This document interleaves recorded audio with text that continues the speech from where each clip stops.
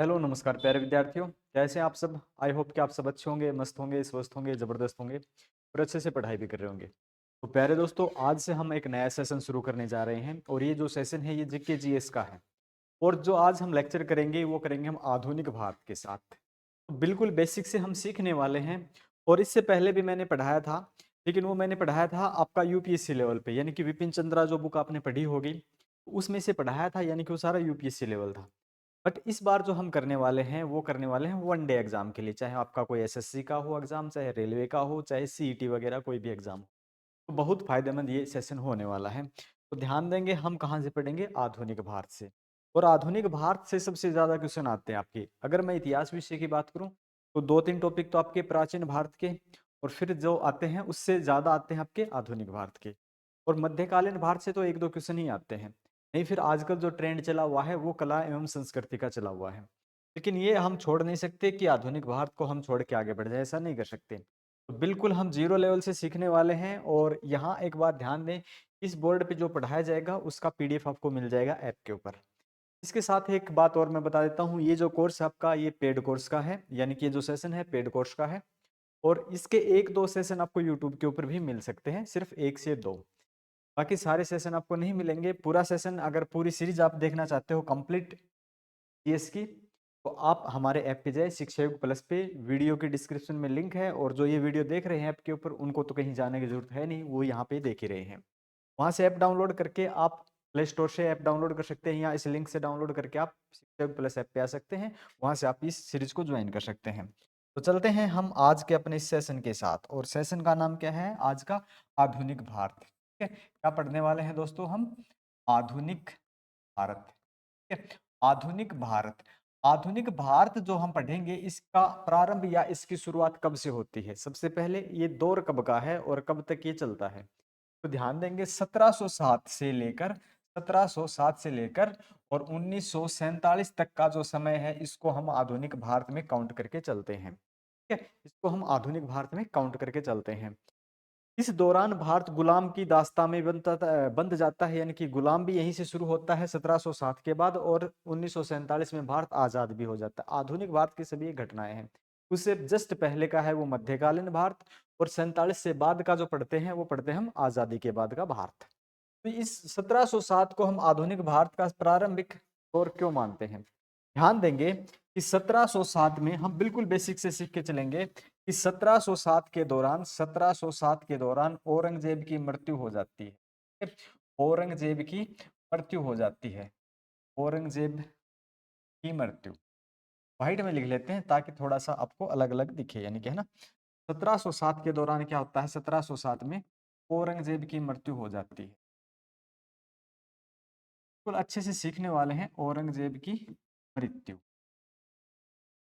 अब ध्यान देंगे, यहां से जब औरंगजेब की मृत्यु हो जाती है ना, इसके बाद के जो शासक हुए हैं सारे के सारे, वो सत्ता में थोड़े से कमजोर हुए हैं। और विदेशी कंपनियां जो आई हुई हैं, इन्होंने अपनी सत्ता मजबूत करनी प्रारंभ कर दी है। और इसी दौरान आप मान के चलें, जो सबसे ज्यादा सुदृढ़ अपनी स्थिति में होती है वो होती है ईस्ट इंडिया कंपनी। ठीक है, ईस्ट इंडिया कंपनी यानी जो इंग्लैंड से है, और उन्होंने अपना सत्ता को मजबूत कर लिया है। ध्यान देंगे, जब मैं बिल्कुल थोड़ा सा पीछे जाना चाहूंगा इतिहास में ताकि आपको ये कहानी समझ में आ जाए। इससे पहले 1526 में, ठीक है, अगर मैं दो भागों में बांटूं तो एक तो है विदेशी कंपनियां, एक तो कौन सी हैं? विदेशी कंपनियां।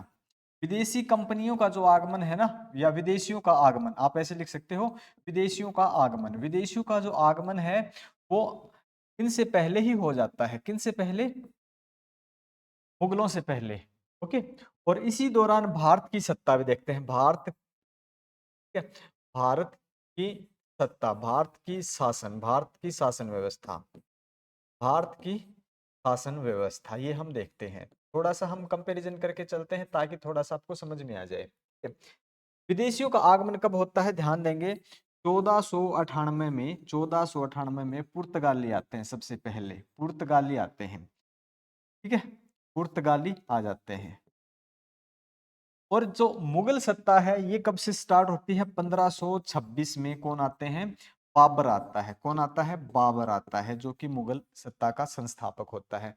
तो इस बात से आप मान सकते हैं कि विदेशी कंपनियां यहाँ मुगलों से पहले आई थी। कब? 1498 में पुर्तगाली आते हैं और 1526 में कौन आता है? बाबर आता है। तो कौन आया पहले, बाबर या विदेशी कंपनियां? पुर्तगाली आते हैं, तो मेरा मतलब पुर्तगाली आए हैं, फिर आपके डच आए हैं, अंग्रेज आए हैं, और बाकी बाद में आए हैं, है ना। तो जैसे कि ये क्यों आए, किस लिए आए, ये हम पढ़ेंगे ना, विदेशी कंपनियों का आगमन, इसके अलावा जो टॉपिक है वो पढ़ेंगे।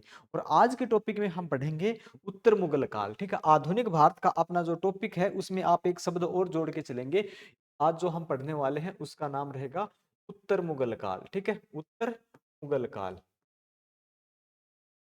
क्योंकि मुगल काल के दौरान जो उसके उत्तराधिकारी होते हैं उनकी सत्ता कमजोर हो जाती है, उसको बोलते हैं उत्तर मुगल काल। और ये जो दौर है वो 1707 से 1947 तक का है। तो बिल्कुल जीरो से हम सीखने वाले हैं। यहाँ तक तो आप सीख गए होंगे कि विदेशी पहले आ चुके थे, लेकिन ये आए थे, ये किस मकसद से आए हुए हैं? ये आए हैं शासन करने के उद्देश्य से। ये किस वजह से आए हैं? शासन के उद्देश्य से। किस उद्देश्य से? शासन का उद्देश्य है, इनका उद्देश्य है कि हमें भारत में जाके शासन करना है। ठीक है, और इनका उद्देश्य क्या है? व्यापार का उद्देश्य है। इनका क्या है? व्यापार का उद्देश्य है। ओके, व्यापार का उद्देश्य है। लेकिन एक बात ध्यान रखना, ये आते तो हम व्यापार के उद्देश्य से, बाकी ये बाद में अपनी शासन ही स्थिति को मजबूत करने लगते हैं। अब जो हम पढ़ने वाले थे उस टॉपिक का नाम क्या था? उत्तर मुगल काल। ठीक है, उत्तर मुगल काल टॉपिक का नाम क्या पढ़ा था हमने? उत्तर मुगल काल। राइट, उत्तर मुगल काल। उत्तर मुगल काल के जो राजवंश हैं, यानी कि जो शासक हैं, वो कौन से हैं? उत्तर मुगल काल के वंशज कौन से हैं, शासक कौन से हैं, या राजा कौन से हुए हैं? उत्तर मुगल काल के हम राजा पढ़ते हैं। ठीक है, कौन कौन से उत्तर मुगल काल के शासक? ठीक है, एक लाइन और जोड़ देते हैं कि शासक। शासक कौन कौन से हुए हैं वो आपको देखने हैं, शासक कौन से हुए हैं। इसके लिए एक आसान सी और प्यारी सी ट्रिक अगर मैं लिख दूं तो मुझे लगता है आप अच्छे से समझ पाओगे। ये कलर दिखता है, थोड़ा सा ग्रीन है। ठीक है, इसकी एक ट्रिक है, मैं आपको लिख देता हूं ताकि आप अच्छे से समझ पाओ। ट्रिक क्या है बताओ जल्दी से, कौन सी है ट्रिक? सबसे पहले इसके बाद कौन शासक होता है? बहादुर शाह प्रथम होता है। तो ऐसे जितने भी राजा हैं याद करना थोड़ा सा मुश्किल हो जाएगा, हम एक ट्रिक के माध्यम से सिखाएंगे जिससे आपको समझने में और पढ़ने में आसानी हो जाए।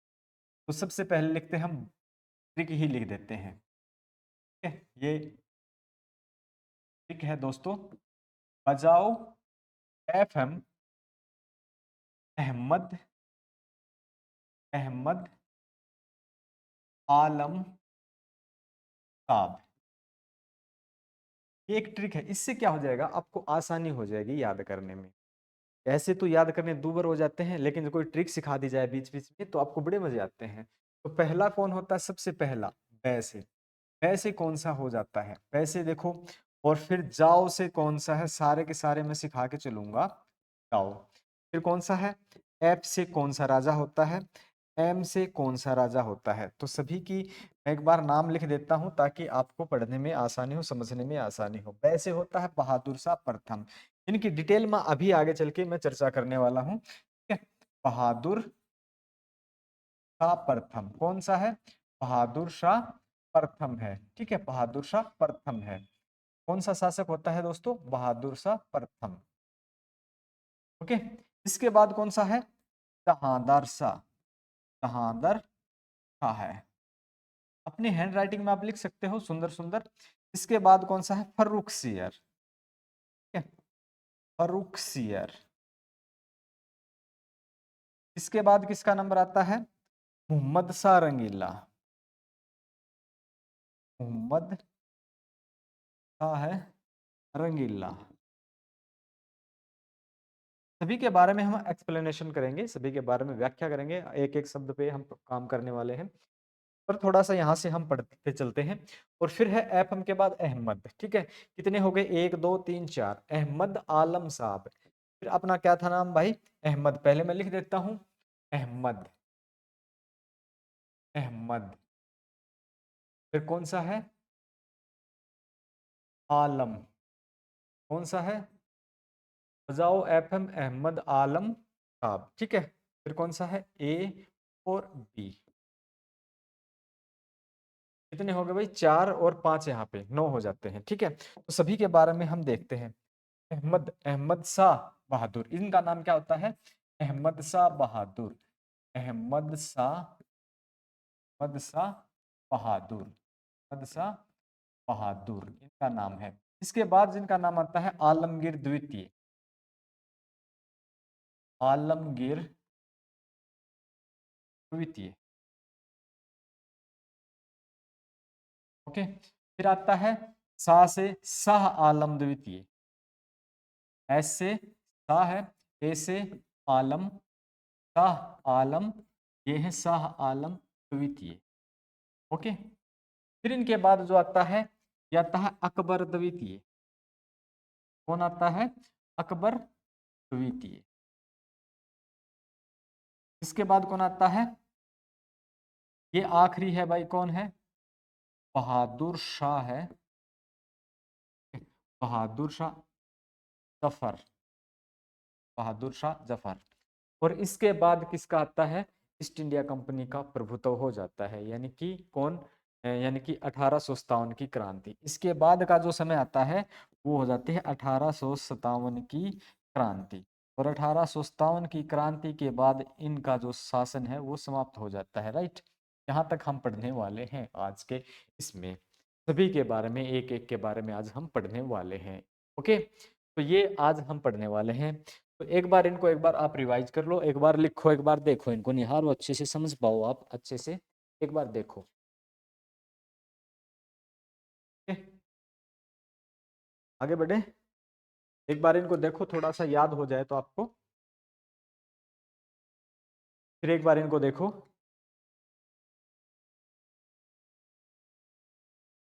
समझना बहुत जरूरी है भाई, है ना। तो सबसे पहले हमने किसके बारे में पढ़ा था? ऐसे बहादुर शाह प्रथम। ओके, तो मैं पढ़ूं अब बहादुर शाह प्रथम के बारे में, लिखूं। तो मैंने क्या लिखा? बहादुर शाह प्रथम। क्या लिखा? बहादुर शाह प्रथम, बहादुर शाह है प्रथम, बहादुर शाह प्रथम। इनका जो शासन होता है 1707 से लेकर 1712 तक होता है, 1707 से 1712 तक। कोई डेट अगर किसी की आ जाती है तो ठीक है, नहीं तो कोई ज्यादा जरूरी नहीं होता है। इतना भी आप इस पे माइंड में मत लें कि इसकी डेट क्या रही है, इसकी क्या रही है। इनके बारे में पढ़ते हैं 1707 से 1712 तक। बहादुर शाह प्रथम के बारे में थोड़ा सा पढ़ लेते हैं। इन्होंने क्या किया था, देखो भाई, आप एक बार उससे पहले ना, बहादुर शाह प्रथम से पहले थोड़ा सा एक बार मैं बैक में जाता हूँ, थोड़ा सा एक बार बैक में जाता हूँ, थोड़ा सा, जिससे आपको कहानी समझ में आ जाएगी। ओके, तो मैं थोड़ा सा एक बार बैक में जाता हूँ कि 1707 में क्या होती है? औरंगजेब की मृत्यु। 1707 में क्या हुआ था? 1707 में औरंगजेब की मृत्यु, 1707 में औरंगजेब की मृत्यु,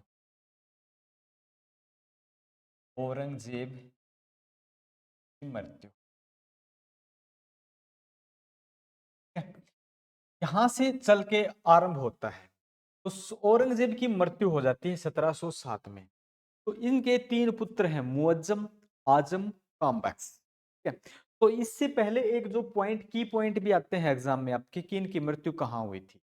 ठीक है, इसकी मृत्यु कहाँ हुई थी? मृत्यु जो हुई थी ना, इसकी कहाँ पे हुई थी बताओ? इसकी मृत्यु कहाँ हुई थी? की मृत्यु हुई थी अहमदनगर, अहमदनगर के किले में, अहमदनगर। ठीक है, अहमदनगर में इनकी मृत्यु। ठीक है, इनकी मृत्यु कहाँ हुई थी दोस्तों?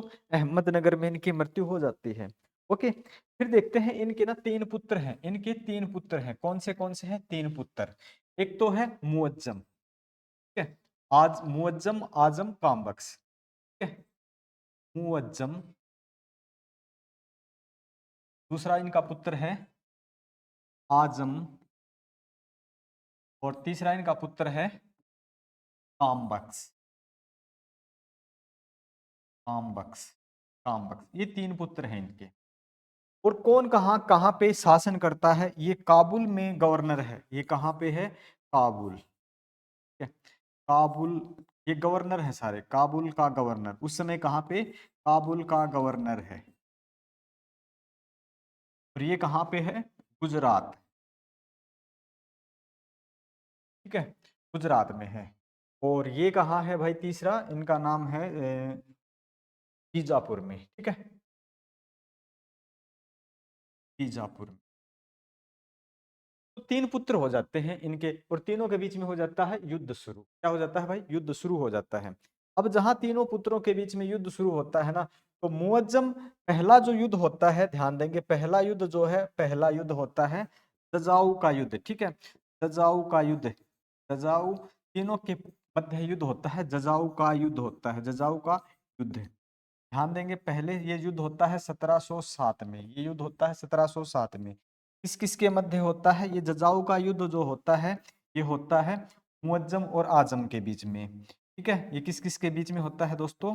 मुअज्जम, मुअज्जम और आजम के बीच में। ध्यान से लिखते चलना, सुनते चलना, मुअज्जम और आजम के बीच में ये युद्ध होता है। इस युद्ध में क्या होता है? इसकी जीत हो जाती है, इसकी, मुअज्जम की जीत है और आजम की हार हो जाती है।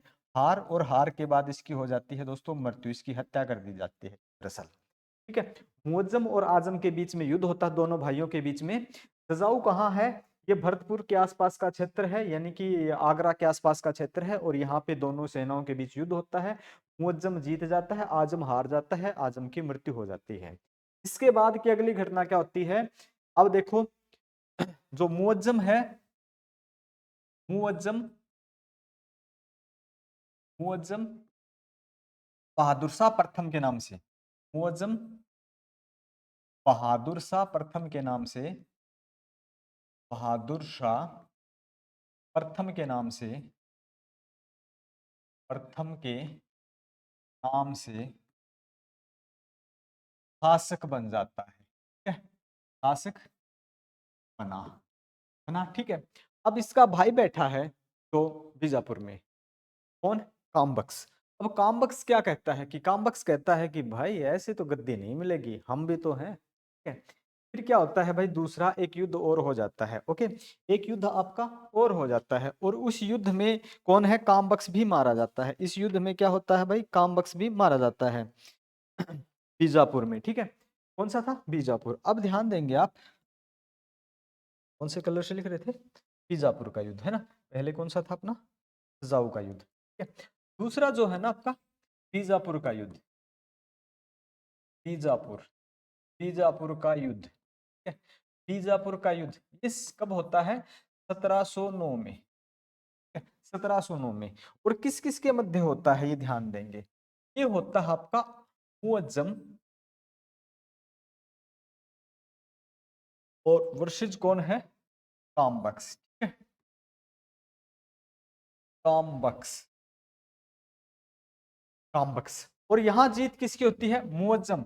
इसी को, ये बहादुर शाह प्रथम ही है। ठीक है, यही बहादुर शाह प्रथम है, मुअज्जम ही बहादुर शाह प्रथम है। ध्यान रखिए, मुअज्जम ही बहादुर शाह प्रथम है, गंगाधर ही शक्तिमान है। तो मुअज्जम है, इसकी क्या हो जाती है? जीत हो जाती है। और कामबख्श कौन है? हार जाता है, और हार के बाद एक ही इलाज है, वो है मृत्यु, मृत्यु। अब शासक कौन बना? मुअज्जम, बहादुर शाह प्रथम के नाम से। ठीक है, बहादुर शाह प्रथम के नाम से ये शासक बन जाता है। अब इसको रोकने वाला कोई नहीं है। और जब ये शासक बनता है तो कहते हैं करीब करीब इसकी जो उम्र होती है वो 65 साल के आसपास होती है। और अपने यहाँ 60 साल के रिटायरमेंट हो जाते हैं। 60 साल के बाद तो बुढ़ापा पेंशन मिलने लगती है हरियाणा में। अलग अलग स्टेट की अलग अलग कंडीशन होगी। बाकी यहाँ आप 65 साल का एक शासक बनता है, युवा, इनकी तरफ से, है ना। क्योंकि इनके पिताजी जब मृत्यु होती है औरंगजेब की, मृत्यु करीब करीब 89 के आसपास है, यानी कि 89-90 साल की उम्र में मृत्यु होती है औरंगजेब की। तो 89 से 90 साल की उम्र में, जैसे कि हमारे अब वर्तमान में चौटाला साहब हरियाणा के कभी सीएम हुआ करते थे, अभी भी वो पैरवी करते हैं, अभी भी वो करते हैं। इन लोग का मतलब आगे बढ़ते हैं, इन लोग की पार्टी को आगे बढ़ाना चाहते हैं, जबकि उनकी एज करीब करीब 90 साल के हो। तो इसी उम्र में यानी कि औरंगजेब की मृत्यु हो जाती है। ठीक है, मैं दोनों की तुलना नहीं कर रहा भाई। ठीक है, कभी कोई बाद में इसको किसी और तरीके से पेश कर दे, मैं एक एग्जाम्पल के तौर से बता रहा हूँ, है ना। तो ध्यान देंगे, तो ये जब मृत्यु हो जाती है तो इनका पुत्र कौन है? मुअज्जम। ये जीत कर दोनों भाइयों की हत्या करके 1707 और 1709 में हत्या करके ये शासक बन जाता है। तो अब शासक कौन हो गया भाई? आपको देखना शासक कौन हुआ। अब सर जी शासक हो गया कौन? बहादुर शाह प्रथम। तो जो हम पढ़ेंगे सबसे पहले बहादुर शाह प्रथम के बारे में पढ़ेंगे। ठीक है? बहादुर शाह प्रथम, बहादुर शाह प्रथम के बारे में हमें पढ़ना है। अब हमें किसके बारे में पढ़ना पड़ेगा? बहादुर शाह प्रथम के बारे में सबसे पहले। आपको पता है कि जो औरंगजेब है ना, इन्होंने सबसे पहले ना इन्होंने सबसे ज्यादा लंबा कार्यकाल, यानी कि इससे इन्होंने एक लंबा कार्यकाल शासन किया था। लोग इनकी नीतियों से परेशान थे। पथ भ्रष्ट नीतियां बोलते हैं इनकी नीतियों को। ज्यादा से ज्यादा लोगों का धर्मांतरण करवाया, यानी कि धर्म परिवर्तन करवा दिया। तो औरंगजेब से लोग काफी परेशान हो चुके थे, यानी काफी की वो सत्ता बदलना चाहते थे। तो अब इसने क्या सोचा कि भाई जो फादर ने अपने ने गलती की है वो हम नहीं करना चाहते। इसी के लिए इसने सबसे पहले क्या किया, सभी के साथ मेल मिलाप की नीति अपनाई। ठीक है, सभी के साथ, ठीक है, सभी के साथ मेल मिलाप। अब हम ना किसी के साथ वैर भाव नहीं रखेंगे, सभी के साथ मेल मिलाप की नीति अपनाते हैं। ठीक है, सभी के साथ कहानी को समझते चलने में नीति अपनाई है, सभी के साथ मेल मिलाप की नीति अपनाई। राइट। और इसके बाद क्या करते हैं ये ध्यान देंगे, सभी के साथ मेल मिलाप की नीति अपनाई, चलो अच्छी बात है। और इसी के शासन के दौरान उनको रिहा कर दिया जाता है। इन्हीं के शासन में, इन्हीं के शासन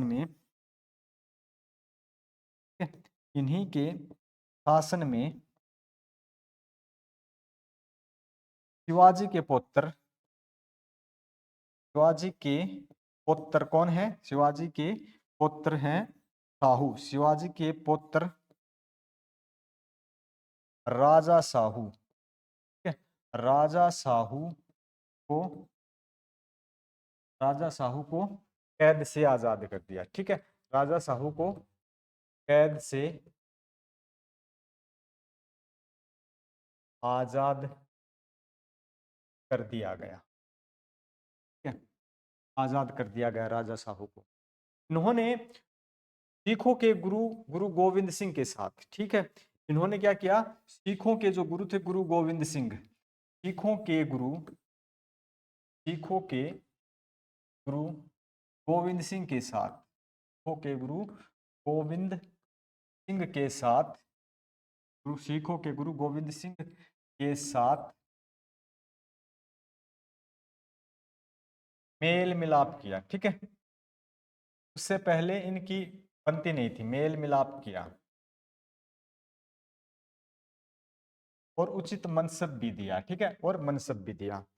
और इसी क्रम में सिखों के गुरु गोविंद सिंह की मृत्यु के बाद अगली घटना क्या होती है? गुरु गोविंद सिंह की मृत्यु के बाद, गुरु गोविंद सिंह की मृत्यु के बाद, मृत्यु के बाद एक नाम सुना ना, बंदा बहादुर। ठीक है, बंदा बहादुर। गोविंद सिंह की मृत्यु के बाद एक नाम है जिनका नाम है बंदा बहादुर। ठीक है, कौन? बंदा बहादुर। बंदा बहादुर ने विद्रोह कर दिया। ठीक है, बंदा बहादुर ने विद्रोह कर दिया।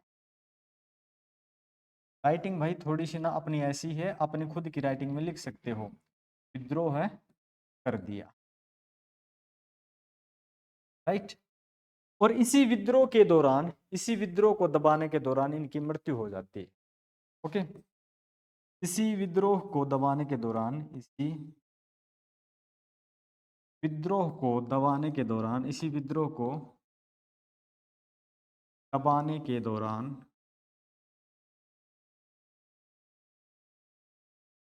किसकी, जो बहादुर शाह प्रथम है, एक तो ये था ना गोविंद सिंह के साथ, ठीक है, के दौरान बहादुर शाह प्रथम की, ठीक है, बहादुर शाह, बहादुर शाह प्रथम की मृत्यु हो जाती है। घटना समझ में आ रही है? प्रथम की मृत्यु हो जाती है।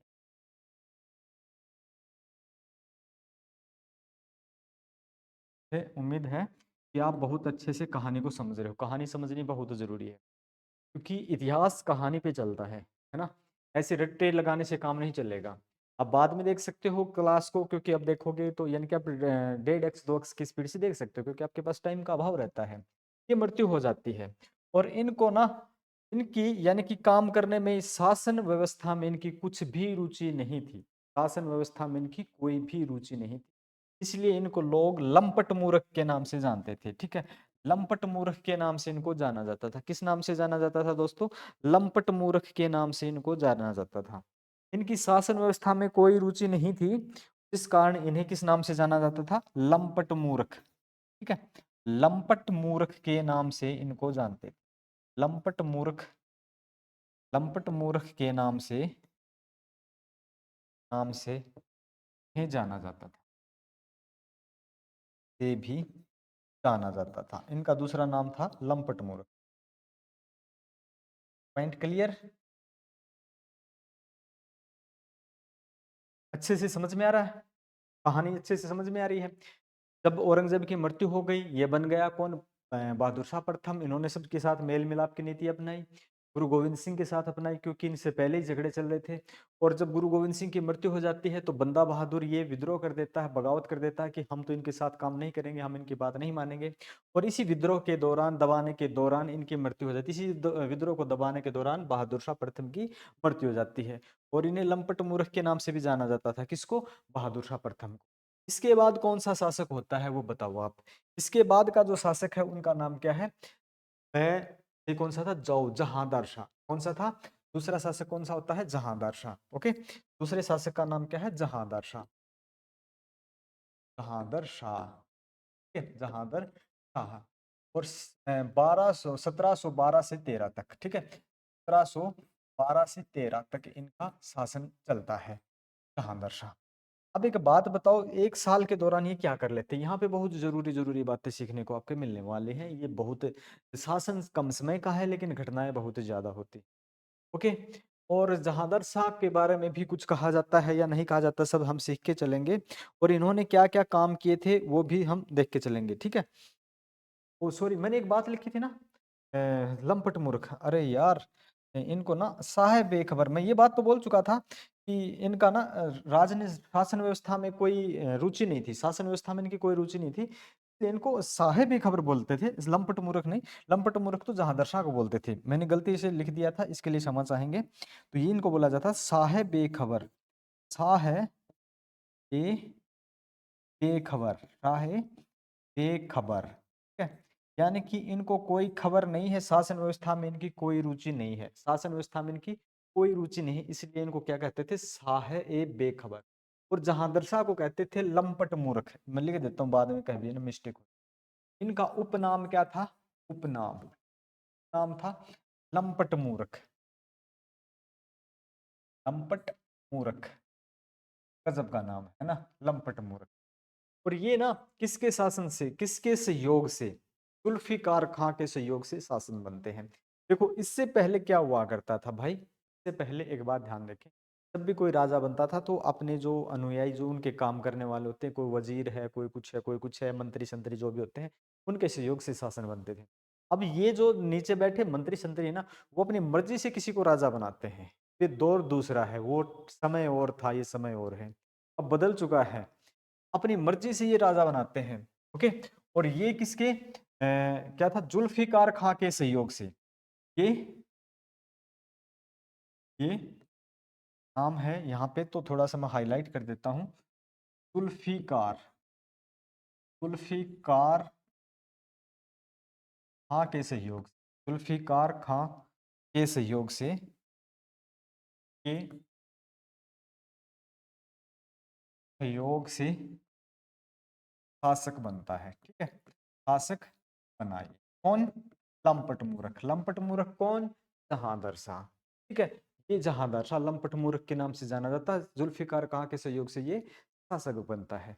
लेकिन यहाँ पे नाम तो किसका चलता है? जहांदर शाह का। मैक्सिमम काम करने वाला कौन है? जुल्फिकार खां। जुल्फिकार खां ने क्या क्या काम की थी उनके बारे में हम जान लेते हैं। लेकिन एक साल का जो दौर है वो बहुत अच्छा रहा, और उसके बाद क्या है कि समय बदल गया। एक साल में ही बहुत कुछ किया इन्होंने। सबसे पहले इन्होंने क्या कर दिया? जजिया कर को बंद कर दिया, ठीक है। क्या कर दिया? जजिया कर, जजिया कर को बंद किया, ठीक है, जजिया कर को बंद किया। फिर जजिया कर क्या है ना, जजिया कर क्या है? क्या बंद किया? जजिया कर। जजिया कर क्या है? ये जजिया कर, कोई बताएगा क्या जजिया कर क्या है? जजिया कर क्या है?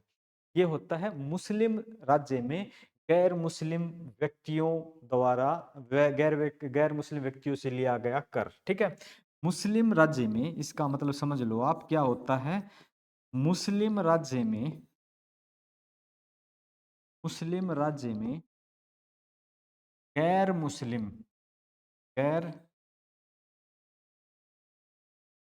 मुस्लिम से लिया जाने वाला कर, लिया लिया जाने वाला कर, लिया जाने वाला कर,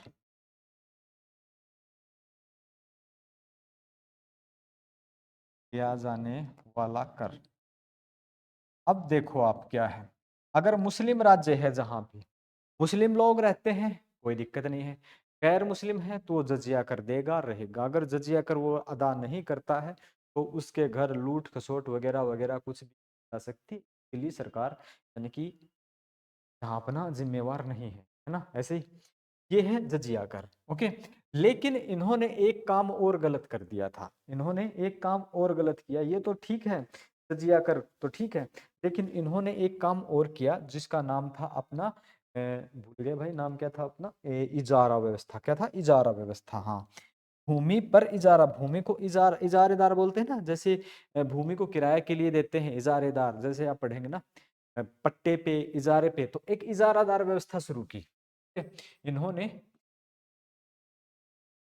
इजारा व्यवस्था, इजारा व्यवस्था आरंभ की, इजारा व्यवस्था आरंभ की। सर इजारा व्यवस्था क्या है इसके बारे में भी बता दीजिए, आरंभ की, क्योंकि ध्यान देंगे इजारा व्यवस्था क्या है, छोटे छोटे जो शब्द आते हैं इनको अगर समझ लेंगे तो कहानी अच्छे से पाएंगे आप।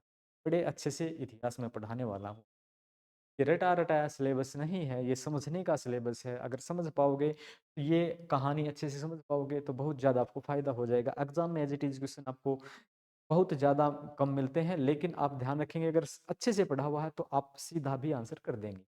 इजारा व्यवस्था, तो सर इजारा व्यवस्था के बारे में थोड़ा सा बता दीजिए, है ना।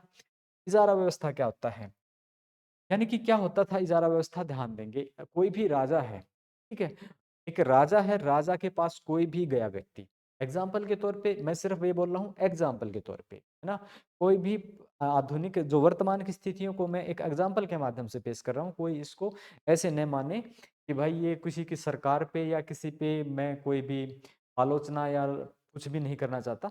जैसे कि अब बीजेपी की सरकार है, पहले कांग्रेस की सरकार थी, आने वाले समय में फिर कांग्रेस की हो सकती है, बीजेपी को तो भी हो सकती है।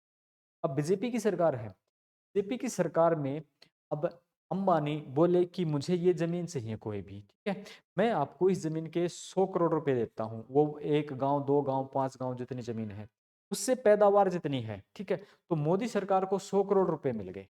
अब वो क्या करेगा, उससे ना कितनी भी उपज पैदा करे, उनसे जहाँ पे जो रहने वाले लोग हैं उनसे कितना भी काम कराए, अब वो सरकार के पास जाएंगे, मोदी जी के पास, मोदी जी अंबानी कुछ ऐसे कर रहे हैं कि 100 करोड़ आपको तो दे दिए लेकिन यहाँ से कई हजारों करोड़ रुपए कमा रहे हैं और हमारा शोषण हो रहा है, तो क्या होगा, मोदी जी कुछ बोल पाएंगे? मोदी जी बोलेंगे भाई अंबानी ऐसे मत करना, अंबानी जी जाएंगे वहां पे, मोदी जी अब कुछ नहीं बोलना आपको, क्योंकि आपको 100 करोड़ मिल चुके हैं, हस्ताक्षर हो चुके हैं आपके, अब आप कुछ नहीं बोल सकते, 2 साल 5 साल जैसे भी जितना भी टाइम के लिए मिल ली। ये थी इजारा व्यवस्था, समझ पा रहे हो? इजारा व्यवस्था क्या है, एक फिक्स कीमत पर किसी वस्तु या जमीन को लेना, ठीक है, एक एक निर्धारित, एक निर्धारित कीमत पर, निर्धारित कीमत पर जमीन इत्यादि को लेना, इत्यादि को लेना। अब वो उससे कितना भी करे, एग्जाम्पल के तौर पे, ठीक है, एग्जाम्पल के तौर पे एक कीमत है, एक जमीन है, उसकी कीमत आती है, ठीक है, मैं लिख दूं 1,00,000 रुपए, इसने 1,000 इसकी क्या है, उपज है, ये क्या है, उपज है दोस्तों, क्या है, उपज है ना, ये क्या हो गई, उपज।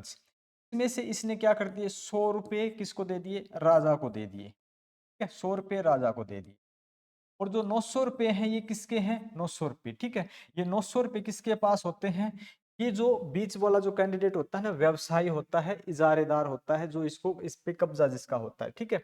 ये यानी कि भूमि का वर्तमान मालिक है, यानी कि जिसने लिया है, ये भूमि लेने वाला, ठीक है, आप समझ लेना, भूमि लेने वाला, भूमि लेने वाला। अब 900 में से मान लेते हैं पहले जो आम जनता है, पहले आम जनता को, पहले आम जनता को यहाँ से, ठीक है, आम जनता को 1000 में से 800 रुपये मिलते थे, ठीक है, ये पूर्व में मिलते थे, ये पूर्व में मिल जाते थे 800 रुपये। अब इस व्यक्ति ने क्या किया, अब ये कहेगा भाई मैं आपको 900 में से 800 दूं, मैं 100 रुपये बचाऊं, मेरा क्या फायदा है। तो ये क्या करेगा जनता को, अब ठीक है, अब ये 800 नहीं, अब ये 100 रुपये दे रहा है, मान लेते हैं एग्जाम्पल के लिए, ये वर्तमान में हो रहा है, ये 100 रुपये दे रहा है वर्तमान में, ये वर्तमान में 100 रुपये दे रहा है, और 800 कौन रख रहा है, 800 अपने पास, 800 कहाँ पे हो गए, 800 हो गए इसके स्वयं के। इससे क्या हुआ, इससे क्या हुआ, जनता का शोषण, इससे क्या हुआ, जनता का शोषण होता है, जनता का शोषण हो जाता है। क्योंकि जनता को जब रुपए मिल रहे थे सीधे के सीधे, अब आप होने वाली परिस्थितियों से निजीकरण, व्यवसायीकरण, जो भी आप पढ़ते हो उसका महत्व तो इस क्वेश्चन के माध्यम से भी समझ सकते हो कि सरकार और निजी हाथों में कोई चीज जाने पे क्या प्रभाव पड़ता है। यहाँ से 1000 रुपए थे, सरकार को 800 रुपए मिलते थे, 200 रुपए 100 सरकार के थे, 100 वहां के खर्चे के हो जाते थे, तो सरकार जनता का अच्छे से गुजारा हो जाता था। अब क्या हुआ, सरकार ने क्या किया, भाई मुझे तो 100 के 100 ही मिल रहे हैं, ठीक है। पहले क्या था, ये पहले ये वाला देखो, ठीक है, पहले हमारे पहले राजा को ये थे 100 रुपए कहीं पे अपना और चार्ज हो जाता था, ठीक है, ये एक्स्ट्रा आप मान सकते हो, अतिरिक्त आप मान सकते हो। अब क्या हुआ, सरकार को तो मिलता है 100 का 100 ही, सरकार को तो 100 मिल रहा है, 900 रुपये कहाँ जा रहे हैं, ठीक है, 900 रुपये इसी के पास जा रहे हैं, 900 में से 800 खुद रखता है, 100 इनको देता है, ऐसी कुछ हालात हो जाते हैं, ये होता है इजारा व्यवस्था। इसके साथ ही इन्होंने एक काम शुरू और किया था, है ना, इसी के साथ है इन्होंने और कौन सा काम शुरू किया, जो मराठे हैं, मराठे, ठीक है, मराठों को, मराठों को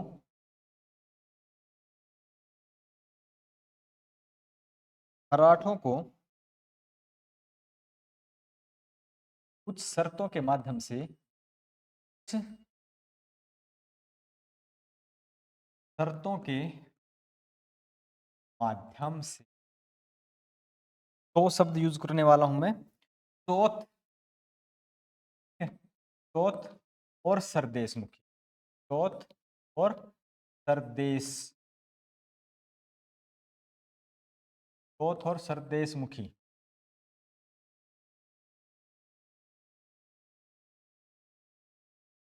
चौथ और सरदेशमुखी की अनुमति दे दी गई, कुछ शर्तों के माध्यम से मराठों को चौथ और सरदेशमुखी की अनुमति दे दी गई, अनुमति दे दी गई, दे दी ये दे दी गई है, ध्यान रखेंगे। कितना टाइम हो गया भाई, अभी तो है ना, तो ज़्यादा ही होगा, 38 मिनट हो गया, तो थोड़ा सा पढ़ाया है। कहानी भाई ये इतिहास है, मैथ में तो अब तक पता नहीं कितने क्वेश्चन हम करवा चुके होते हैं ना।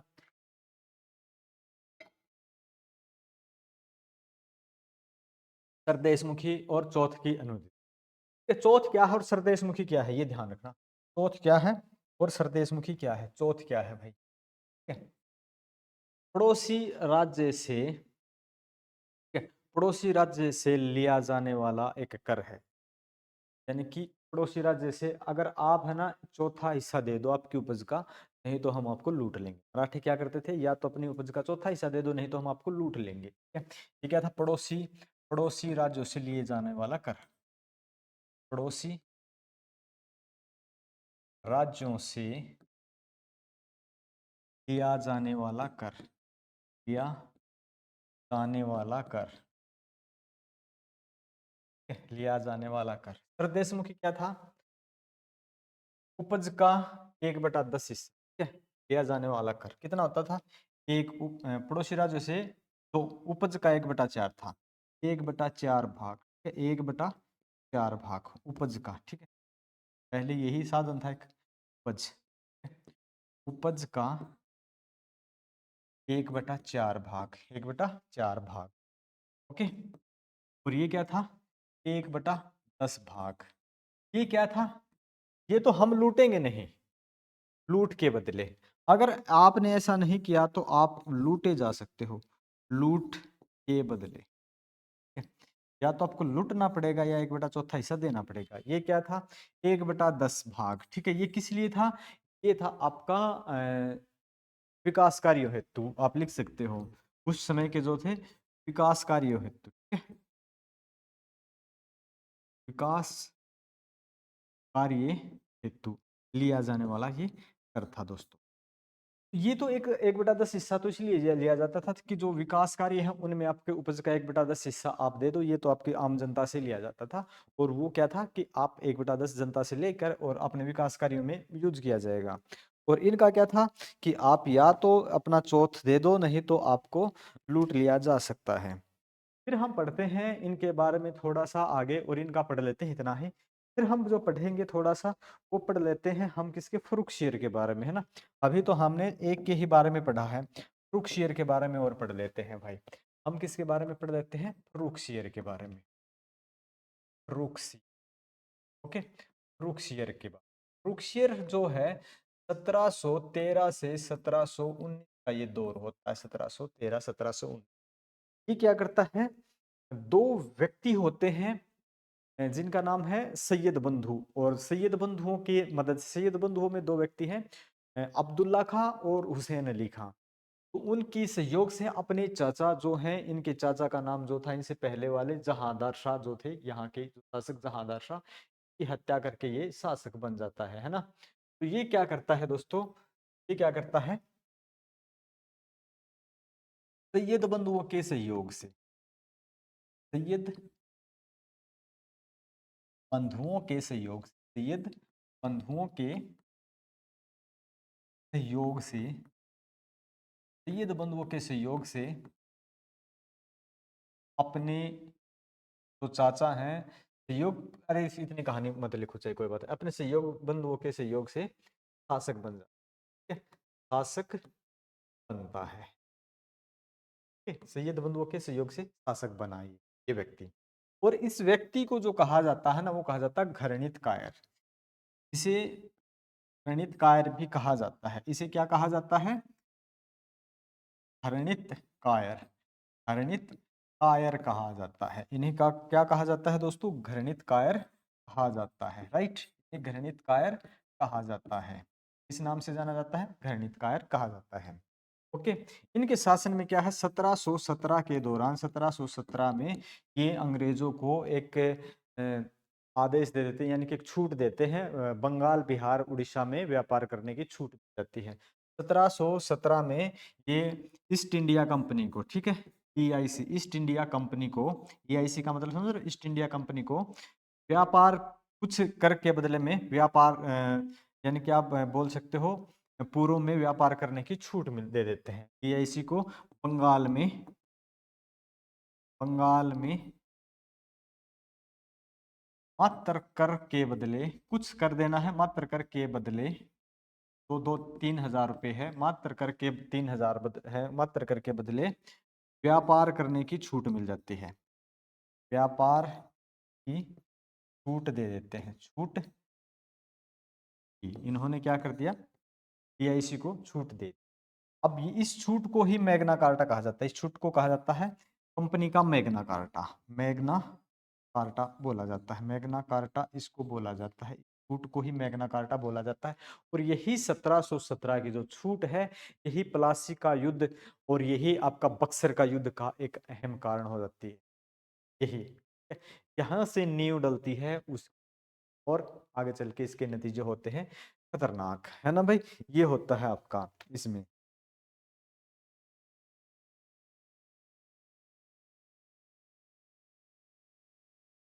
आगे हाँ ठीक है, मैग्ना कार्टा कहा जाता है। क्या देखते हैं, और इसके आगे क्या हुआ, तो सैयद बंधु के बारे में पढ़ते हैं। लिखा था ना सैयद बंधुओं के सहयोग से। सैयद बंधु कौन थे? ठीक है, सैयद बंधु, सैयद बंधु, सैयद बंधु के बारे में हम थोड़ा सा पढ़ लेते हैं। दो हैं, अब्दुल्ला खां और हुसैन अली खां। अब्दुल्ला खां और दूसरा हुसैन अली खान, हुसैन अली खान, राइट। ये तो बन जाता है वजीर, और ये बन जाता है मीर बख्शी, मीर बख्शी, मीर बख्शी, आधा है मीर बख्शी। ये एक आप मान सकते हो सेना का आप मेजर की टाइप का है, और ये आपका अपने है ना, ये क्या है, वित्त मंत्रालय की तरफ है, ठीक है, वित्त मंत्री के लायक है ये, निर्मला है ना, अभी निर्मला सीतारमण। और ये अपने सेना के प्रमुख जो होते हैं, जैसे कि जैसे राजनाथ सिंह है ना, उस टाइप के ये जो पद है ये हक में आ जाते हैं। तो सैयद बंधु ये होते हैं।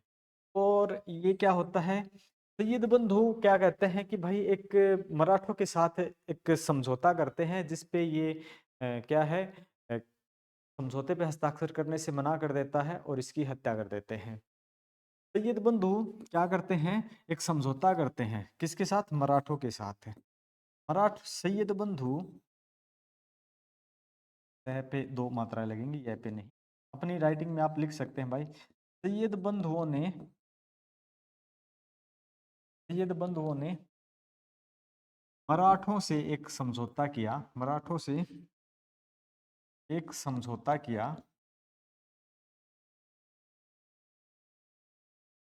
एक समझौता किया।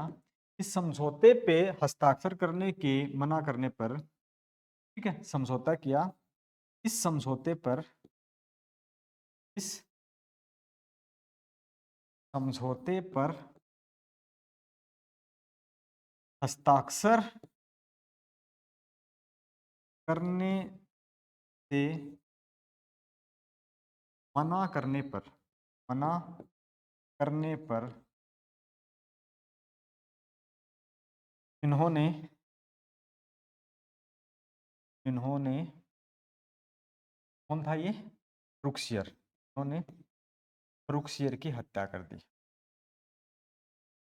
रुकसियर हत्या कर दी, हत्या कर दी, राइट, रुकसियर की हत्या कर दी। ये कुछ घटनाएं होती, ओके। तो फ्रुकशियर का समय समाप्त हो जाता है क्रम में। फिर इनसे आगे आते हैं मोहम्मद शाह रंगीला। आगे जो पढ़ने वाले हैं ना, जितनी कहानी हमने इतनी पढ़ी, आगे इनसे थोड़ी कम ही है, आगे बस थोड़ा सा रह जाता है, क्योंकि आगे आने वाले जो शासक हैं वो कुछ ज्यादा करते नहीं हैं, और ऐसे ही आते हैं चले जाते, आते चले जाते हैं। और सैयद बंधुओं को ना, इनको किंग मेकर भी कहा जाता था। इनको क्या कहा जाता था, किंग मेकर कहा जाता था, इनको किंग मेकर बोला जाता, मेकर, किंग मेकर कहा जाता था, कहा जाता। इनकी मर्जी चल रही थी, जब मन करे उसी को राजा बना दे, जब मन करे उसी को हटा दे। इसके बाद सैयद बंधु और जो अपना ये आएगा मोहम्मद शाह रंगीला, इसके दौरान दो राजा और होते हैं 6-6 महीने के लिए, रफी उद दराज, रफी उद दौला, दो शासक और होते हैं, रफी उद दराज और रफी उद दौला। 6-6 महीने, एक बीमारी से मर जाता है, दूसरा वैसे ही बीमार है, यानी कि ऐसे ही मर जाते हैं दोनों 1 साल के दौरान। तो इनको भी किसने बनाया, सैयद बंधुओं ने। रफी उद दराज को भी किसने बनाया, सैयद बंधुओं ने। रफी उद दौला को भी किसने बनाया, सैयद बंधुओं ने। और मोहम्मद शाह रंगीला को भी कौन बनाएगा, ये सैयद बंधु। तो इसके कारण इनको क्या कहा जाता था, इनको इसके कारण इनको कहा जाता था दोस्तों king maker, right, king maker के नाम से जाना जाता। इसके बाद का जो शासक आता है उसका नाम होता है मोहम्मद शाह रंगीला। क्या नाम है, मोहम्मद शाह रंगीला। मद मद शाह है रंगीला। भाई आप मेरी क्लास देख पा रहे हो अच्छे से, क्या आपने अभी तक पूरा सेशन देखा है, ध्यान देंगे। मैंने यूपीएससी की अच्छे से तैयारी की थी, मैं पढ़ा रहा हूँ मैथ्स। मैथ्स पढ़ाने का मेरा करीब करीब 2013 से लेकर 2024 तक का अनुभव है। बीच में मैंने कुछ टाइम बंद भी किया था जब मैं यूपीएससी प्रिपरेशन करता था। बाकी आप ये जो पढ़ रहे हो जीएस पढ़ रहे हो, और जीएस में अगर कोई दिक्कत आ रही है तो आप मेरे से कांटेक्ट कर सकते हो। टाइम लग सकता है थोड़ा ज़्यादा, क्योंकि पढ़ाने का तरीका अपना कुछ खास है ना। अब तो आपको पता चल ही गया होगा कि क्या है, इनको क्या बोला जाता है। इनका नाम है मोहम्मद शाह रंगीला, ठीक है। इनके समय की महत्वपूर्ण घटनाएं पढ़ लेते हैं, क्योंकि इससे आगे आपसे जो प्रश्न पूछे जाएंगे ना, वो है क्या है। एक तो इनके शासन के दौरान इसने नादिर शाह का आक्रमण होता है 1739 में, नादिर शाह का आक्रमण होता है ना। 1739 में नादिर शाह का आक्रमण हो जाता है, यही है भाई। और भी कुछ पढ़ रहे हो या इतना ही है? ठीक है, 1739 में, 1739 में नादिर शाह ने, नादिर शाह का आक्रमण, ठीक है, नादिर शाह का आक्रमण। और इस आक्रमण में क्या होता है आपको पता ही है, खूब लूट खसोट होती है और इनको बंदी बना लिया, ठीक है, आक्रमण। और राजा कौन है? मोहम्मद शाह रंगीला, इनको बना लिया, बंदी बना लिया गया था, इनको बंदी बना लिया गया था, ठीक है। और वो तख्ते ताउस, मयूर सिंहासन, ठीक है, और वो कोहिनूर हीरा नादिर शाह वापिस जाते समय, नादिर शाह वापिस जाते समय कोहिनूर, कोहिनूर, और दूसरा कौन सा था, एक दो चीज ले, कोहिनूर और दूसरा कौन सा, तख्त ए ताउस, ठीक है, तख्त ए ताउस, जो इनका बैठने का जो शासन था, ठीक है, तख्त ए ताउस, तख्त ए ताउस को ले गया, तख्त ए ताउस को ले गया कौन? नादिर शाह।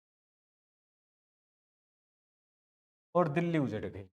और सबसे बड़ी खास बात ये होती है, इनका एक वजीर है, जो इनका व्यक्ति है जिसका नाम है चिनकिलिच खां, चिनकिलिच खां, निजाम उल मुल्क। और आप बोल सकते हो इन्हीं के शासन के दौरान भारत है छोटे जो शासन केंद्रीय शक्ति है वो एक क्षीण हो जाती है, कमजोर हो जाती है। इसी के शासन में, इसी के शासन काल के दौरान, इसी के शासन काल के दौरान क्षेत्रीय राज्यों का उदय होता है, ठीक है, क्षेत्रीय राज्यों का उदय होता है, क्षेत्रीय राज्यों का उदय होता है। कौन कौन से क्षेत्रीय राज्य होते हैं का उदय होता है, ठीक है। जैसे कि उदय हुआ, कौन से हैं? जैसे कि अवध, ठीक है, जैसे कि अवध, बंगाल, हैदराबाद इत्यादि, ठीक है, के शासनकाल में ये घटनाएं शुरू। ओके, इनके बाद जो आता है ना उनका नाम कौन सा है भाई? बजाओ एफएम अहमद आलम शाह, ठीक है, अहमद, अभी कौन सा था? एफएम मोहम्मद शाह रंगीला, ठीक है। इनका जो रुचि थी ना महिलाओं में ज्यादा थी, यानी कि ये थोड़े से इसी टाइप के व्यक्ति थे, महिलाओं में ज्यादा रुचि के कारण इनको रंगीला बोलते थे, है ना। फिर आते हैं अहमद शाह, अहमद शाह बहादुर। फिर कौन से आते हैं? अहमद शाह बहादुर आते हैं दोस्तों। अब ज्यादा रहा नहीं, अहमद शाह बहादुर, अहमद शाह बहादुर, अहमद शाह बहादुर। नादिर शाह, नादिर शाह के बाद कौन होता है? बहादुर शाह, अहमद शाह अब्दाली। इसका समय, का समय अहमद शाह अब्दाली के आक्रमण के लिए, के आक्रमण के लिए जाना जाता है, आक्रमण के लिए जाना जाता है, के लिए जाना जाता है, आक्रमण के लिए जाना जाता है। फिर ये आक्रमण हुए हैं अहमद शाह, अहमद शाह बहादुर के समय, अहमद शाह बहादुर के समय बहुत से आक्रमण हुए हैं। ठीक है? फिर कौन सा था भाई? और इनके बाद का जो शासक आता है दोस्तों उसका क्या नाम था? बजाओ एफएम अहमद आलम, है ना, आलमगीर द्वितीय। फिर अहमद शाह के बाद कौन था भाई? आलमगीर द्वितीय, आलमगीर द्वितीय, ठीक है। फिर कौन था? आलमगीर द्वितीय, आलमगीर, ठीक है, आलमगीर द्वितीय। और आलमगीर द्वितीय के शासन में कोई ऐसी कोई खास घटना है नहीं, है। आलमगीर द्वितीय, आलमगीर द्वितीय के बारे में अगर हम पढ़ें तो 1757 की क्रांति, सॉरी 1757 की प्लासी का युद्ध होता है। इनके समय में ये कुछ नहीं कर पाते और ये 1757 की क्रांति होती है। 1757 की क्रांति नहीं, सॉरी, और वो 1857 की थी। 1757 में प्लासी का युद्ध, इनके शासन में 1757 में प्लासी का युद्ध होता है। प्लासी का युद्ध होता है, प्लासी का युद्ध होता है। इनके जीवन की एक ही घटना है और ये कुछ नहीं कर पा रहे क्योंकि अब ये कमजोर हो गए हैं। अहमद आलमगीर, ठीक है। आलमगीर के बाद कौन होता है? फिर होता है शाह आलम द्वितीय, ठीक है। शाह आलम द्वितीय कौन होता है दोस्तों? शाह आलम द्वितीय। शाह है आलम द्वितीय, शाह आलम द्वितीय, शाह आलम द्वितीय, ओके, शाह आलम द्वितीय। तो क्या होता है कि अहमद शाह, ये था ना, इनसे पहले जो शासक हुए हैं तो आलमगीर द्वितीय हुए हैं। इनकी मृत्यु के बाद तो वो बनाते हैं, शासक बनाया जाता है बहादुर शाह प्रथम के पुत्र हैं जिनका नाम है शाहजहां तृतीय। इनके बाद शाहजहां तृतीय को बनाया जाता है, लेकिन ये मूल रूप से शासक माने नहीं जाते हैं। कौन? शाहजहां तृतीय को शासक तो बनाया जाता है, शाहजहां तृतीय, ठीक है, शाहजहां तृतीय। और ये कौन होता है? बहादुर शाह प्रथम के पुत्र हैं। लेकिन ये इनको शासक बनाया नहीं जाता क्योंकि ये बिहार में बैठा शाह आलम द्वितीय कहता है भाई आलमगीर का पुत्र हूं मैं। किसका पुत्र? आलमगीर, ठीक है। आलमगीर का पुत्र है। और कौन है? शाह आलम द्वितीय कहता है कि शासक कौन बनूंगा? मैं बनूंगा, ठीक है, ये बनता है शासक। और ये कहां से? बिहार से खुद को शासक घोषित कर देता है। ये बिहार में है और दिल्ली आया नहीं है, बिहार से खुद को शासक घोषित कर दिया, ठीक है, बिहार से खुद को या स्वयं को, ठीक है, बिहार से खुद को, बिहार से स्वयं को राजा घोषित, स्वयं को शासक या राजा घोषित, स्वयं को शासक घोषित कर दिया। शासक घोषित, भाई मैं बनता हूँ राजा, तुम्हारा कोई काम नहीं है, ठीक है। तो किसको? शाहजहां तृतीय कहता है कि तुम्हारा कोई अधिकार नहीं है, शासन किसका है, ठीक है। और ये दिल्ली आए नहीं, ठीक है, बहुत साल तक दिल्ली नहीं आए, ये बहुत वर्षों तक दिल्ली ही नहीं पहुंचे राजा साहब, बहुत वर्षों तक दिल्ली ही नहीं आए। अब आप अंदाजा लगा सकते हो कैसे राजा बहुत तक दिल्ली ही नहीं पहुंचे, दिल्ली ही नहीं आए, दिल्ली ही नहीं आए। और ये क्या करते हैं? दिल्ली ही नहीं पहुंचे। इसी दौरान क्या करते हैं? 1764 में, 1764 में बक्सर का युद्ध हो जाता है, बक्सर की लड़ाई हो जाती है। 1764 में बक्सर की लड़ाई हो जाती है, बक्सर की लड़ाई हो जाती है। तो ये क्या करते हैं भाई? अरे ऐसे कैसे अंग्रेजों के साथ लड़ाई होगी, तो हम क्या करेंगे भाई, हम चलेंगे, है ना। तो ये क्या करते हैं?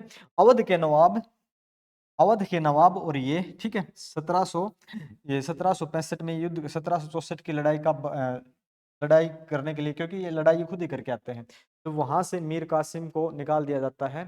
तो ये खुद जाते हैं, भाई हम करके आएंगे ना। तो अवध के नवाब, अवध के नवाब के साथ, अवध के नवाब के साथ,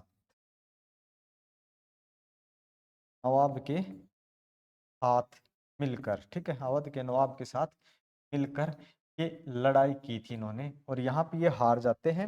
और इसी दौरान फिर 1765 में, 1765 में हारने पर, ठीक है, ये 1700 हार गए। हारने पर क्या होता है? हारने पर संधि करनी पड़ी, ठीक है, हारने पर संधि करनी पड़ी, ठीक है, हारने पर इलाहाबाद की संधि करनी पड़ी, इलाहाबाद, इलाहाबाद की संधि करनी पड़ी। और बहुत से क्षेत्र इनको अंग्रेजों को देने पड़े, अपने क्षेत्र किसको? अंग्रेजों को देने पड़ते हैं। ये कुछ घटनाएं होती हैं इनके दौरान। अब अंग्रेजों को क्षेत्र दे दिए तो भाई अब ये तो मान ही चल सकते हो कि अब तो होने को तो बहुत कुछ हो गया है ना। आलम द्वितीय चौधरी तो बन गए लेकिन संभाल पाए नहीं। अब क्या होता है भाई? अगली कहानी क्या होती है? अगली कहानी क्या होती है?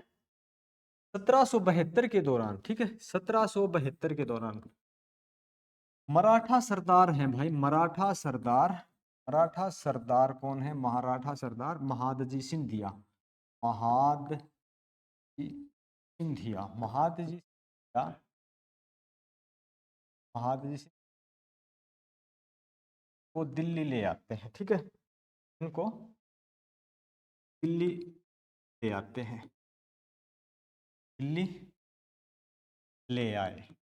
भाई हम देखो कभी समय था कि ये शासन क्या करते थे, मराठे बहुत एक छोटे से क्षेत्र में काम कर रहे थे। अब वो समय आ गया है कि मराठे इनको राजा बना रहे हैं। देखो समय समय की बात है, जबकि 1761 में खुद मराठे अहमद शाह अब्दाली से हार गए हैं, फिर भी 1772 में इनको राजा बना रहे। अभी मराठे मजबूत हैं, आप मान सकते हो। इतना कुछ होने के बाद 1761 की लड़ाई होती है 1761 में, तो अहमद शाह अब्दाली से हारते हैं। कहते हैं कि करीब करीब 28,000 व्यक्तियों की मराठाओं की मृत्यु हो जाती है, शहीद हो जाते हैं उसमें, है ना। ये ले जाते हैं।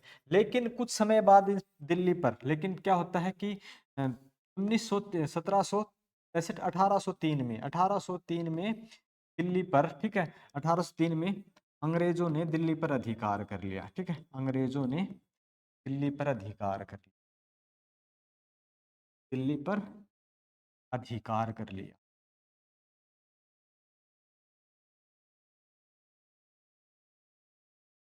राइट। फिर होते हैं इनसे बाद, कौन है, दिल्ली पर अधिकार कर लिया।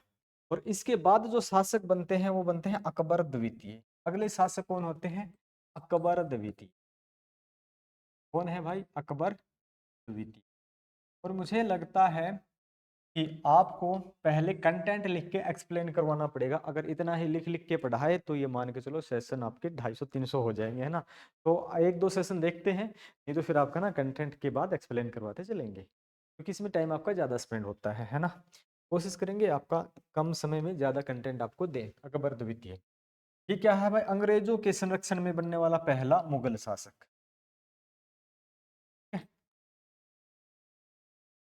अंग्रेजों के संरक्षण में बनने वाला प्रथम शासक, प्रथम शासक। और क्या घटनाएं हैं भाई, इन्होंने राम मोहन राय को, राम मोहन राय को राजा की पदवी दी। ठीक है, राजा की पदवी दी। अब पदवी दी तो ये कौन हो गए, राजा राम मोहन राय। ठीक है, अब से इनको किस नाम से जाना जाएगा फिर, अब ये वाले व्यक्ति कौन हो जाएंगे, राजा राम मोहन राय। ठीक है, राजा राम मोहन राय, राजा राम अब मोहन राय, राजा राम मोहन राय हो गए। क्योंकि राम मोहन राय तो नाम था इनका, राम मोहन राय पहले ही नाम था, इनको पदवी दी गई तब ये हो गए राजा राम मोहन राय। और इन्होंने क्या किया, अकबर द्वितीय ने अपनी पेंशन बढ़वाने के लिए राजा राम मोहन राय को इंग्लैंड भेजा। भाई मेरी पेंशन बढ़वा के आओ, नहीं तो काम चलने वाला है नहीं। भाई इतनी कम खर्चे में, अब मेरी तो बता, दिल्ली तक सिमट के रह गए हम तो, बाहर से हमारा कुछ इनकम आती नहीं है। अब तो पेंशनधारी हो गए हम तो, पेंशन मिलती है, बहुत कम पेंशन मिलती है। हमारे दादा परदादा ने कभी शासन किया था यहाँ पे, अब हमें पेंशन मिलती है। एक बात और भी समझो भाई, आप ध्यान रखें जिंदगी की, आप किसी भी पद पे किसी भी फील्ड में आप काम करते हो ना, आप अपना खुद का करते हो ना, उसमें आपको ये हो सकता है संघर्ष ज्यादा हो, लेकिन आपका अपना वजूद है। जब आप किसी से कोलैब कर लेते हो, समझौता कर लेते हो ना, कि भाई मैं आपके नीचे काम कर लेता हूँ, तो भी है टेंशन आपकी, तो आप मान के चले आने वाले भविष्य में आप बहुत गर्त में जाने वाले होते हो। ये हमेशा से ही होता रहा है। राजा राम मोहन राय की उपाधि थी। और इन्होंने क्या किया, अकबर द्वितीय ने,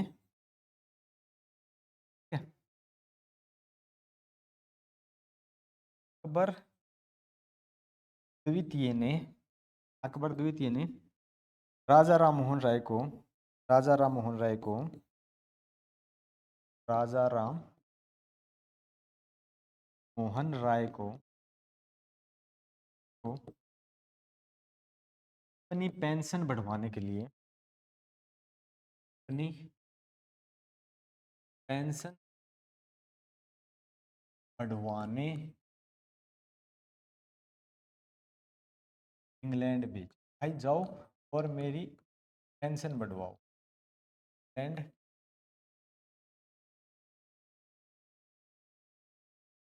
और मोहन राय की, और आप लिख सकते हैं, और वहीं पर उनकी मृत्यु हो गई। और वहीं पर उनकी मृत्यु हो जाती है, वहीं पर उनकी मृत्यु हो जाती है, वहीं पर उनकी मृत्यु हो गई। बढ़ गए थे पेंशन बढ़वाने, खुद ही जा बैठे। और ब्रिस्टल में उनकी वो दरगाह मकबरा जो भी है और समाधि है, ब्रिस्टल में, ब्रिस्टल में, ब्रिस्टल में उन वो क्या है, मजार दरगाह जो क्या है, ये मुस्लिम के शब्द हैं भाई, क्या बोला जाता है इनको, ब्रिस्टल में वो दफनाया गया, ठीक है, ब्रिस्टल में दफनाया गया, पर याद नहीं आ रहा, दफनाया गया, ठीक है। और इनकी वही है जो समाधि है, आप बोल सकते हो समाधि है, तो ब्रिस्टल समाधि बनाई, समाधि बनाई गई। और इसके बाद के जो शासक होते हैं ना भाई, वो आते हैं बहादुर शाह द्वितीय, हाँ बहादुर शाह द्वितीय या बहादुर शाह जफर। अगले शासक जो होते हैं उनका नाम है बहादुर शाह जफर, ठीक है, बहादुर शाह जफर। ये कौन होते हैं, अंतिम मुगल शासक हैं। ये कौन है भाई, ये है अंतिम मुगल शासक, ठीक है, ये है अंतिम मुगल शासक, अंतिम मुगल शासक हैं ये, ठीक है, अंतिम मुगल शासक है। क्यों, 1757 की क्रांति में, 1857 की क्रांति में, 1857 की क्रांति में जो विद्रोहियों का सहयोग करने से इनको निर्वासित कर दिया, ठीक है। 1857 की क्रांति में विद्रोहियों का विद्रोहियों का सहयोग करने के कारण, विद्रोहियों का सहयोग करने के कारण, सहयोग करने के कारण,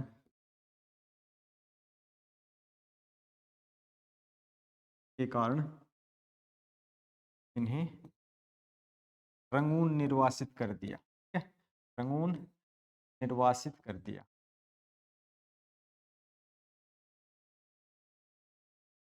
निर्वासित कर दिया।